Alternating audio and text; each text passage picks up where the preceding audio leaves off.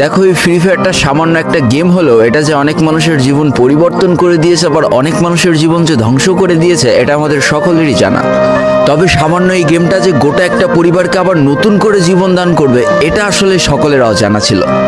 হ্যাঁ বন্ধুরা, আজকের গল্পটি এমনই একটা পরিবারকে নিয়ে যারা এই ফ্রি ফায়ার গেমটাকে একেবারেই সহ্য করতে পারতো না, বরং তাদের সন্তান যখন এই গেমটা খেলতো তারা আরো উল্টো বকাবকি করতো। আর ভাগ্যের কি অপূর্ব লীলা খেলা, তখন সেই গেমটা আজকে গোটা পরিবারটাকে বাঁচিয়ে রেখেছে। আর এখন তার বাবা মাও উৎসাহ দেয় তাদের সন্তানকে যে ফ্রি ফায়ার খেলো। এজন্যই চলো জেনে আসি আসলে কি এমন ঘটেছিল ওই পরিবারটার সাথে। তো বেশি ব্যাকপ্যাক না করে ছোট্ট একটা ইন্ট্রো দিয়ে আজকের ভিডিও শুরু করা যায়। তো আজকের গল্পটা শুরু হতে চলেছে ছোট্ট একটা গ্রামের ছোট্ট একটা পরিবারকে নিয়ে। বাবা মা এবং তাদের দুই সন্তান অর্থাৎ দুই ভাই, ছোট্ট একটা পরিবার, খুব সুন্দরভাবে তাদের জীবনযাত্রা চলে যাচ্ছিল। বড় ভাই একটা কোম্পানিতে লেবারের চাকরি করে, বাবা কৃষি কাজ করে, আর তাদের ছোট সন্তান অর্থাৎ ছোট ছেলে কিন্তু ক্লাস 8-এ পড়াশোনা করে।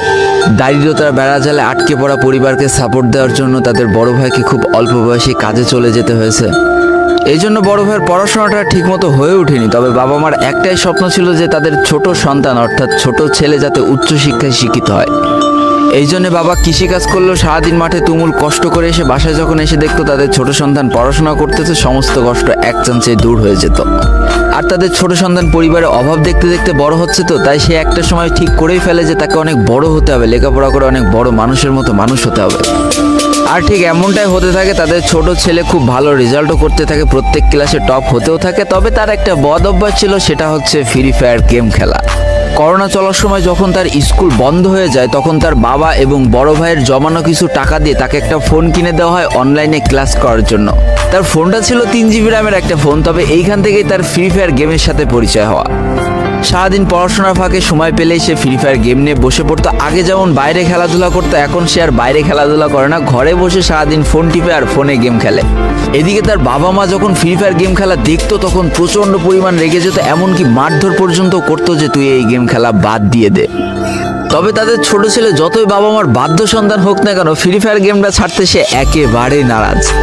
প্রথম দিকে পড়াশোনার ফাঁকে ফাঁকে গেম খেললো, যখন তার বাবা মা তাকে বকা শুরু করে তখন সে রাতের অন্ধকারে গেম খেলা শুরু করে। তবে বন্ধুরা বলে রাখা ভালো, সে কিন্তু তার পড়াশোনা একেবারেই ঠিক রেখেছিল, অর্থাৎ গেমের কোনো কালো ছায়া পড়াশোনার উপরে কোনোদিনই সে পড়তে দেয়নি, যার কারণে তার রেজাল্টও মোটামুটি ভালোই হতো। এতদিন পর্যন্ত পরিবারের সবকিছু ঠিকঠাকই ছিল, এবার আস্তে আস্তে পরিবারটা একটু একটু করে ভাঙতে শুরু করবে। পরিবারের সকলের সম্মতিতে পরিবারের বড় ছেলের সাথে পাশের গ্রামের একটা মেয়ের বিবাহ সম্পন্ন করা হয়। আর যেন বিবাহের কয়েক মাস যেতে না যেতে বড় ভাইয়ের পরিবর্তন লক্ষ্য করতে শুরু করা যায়। এতদিন ছোট ভাইয়ের পড়াশোনা খরচ বড় ভাই আর বাবা মিলে চালিয়ে আসলো, এখন আর বড় ভাই